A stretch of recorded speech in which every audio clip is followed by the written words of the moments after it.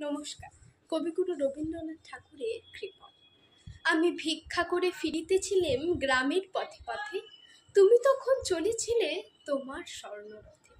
অপূর্ব এক স্বপ্ন সম লাগিতেছিল চক্ষে মন। কি বিচিত্র শোভা তোমার, কি বিচিত্র সাজ। আমি মনে ভাবিতেছিলেম এ কোন মহারাজ।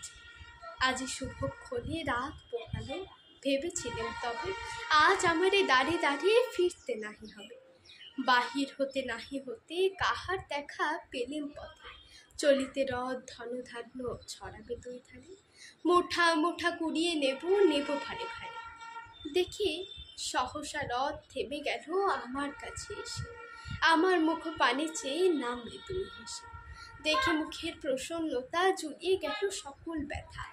হেনকালে কিসের লাগি তুমি আকস্মাৎ, আমায় কিছু দাও গো বলে বাড়িয়ে দিলে হাত। মরি একই কথা রাজাধিরাজ, আমায় দাও গো কিছু।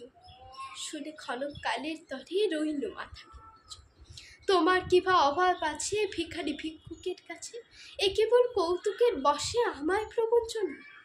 ঝুলি হতে দিলেন তারে একটি ছোট কোণা, যবে পাত্রখানি ঘরে এনে উজাড় করি, এ কি ভিক্ষা মাঝে একটি ছোট সোনার কণা দেখি। দিলেম যা রাজ ভিখারিরে স্বর্ণ হয়ে এলো ফিরে, তখন কাঁদি চোখের জলে দুটি নয়ন ভরে। তোমায় কেন দিইনি আমার সকল শূন্য করে। নমস্কার।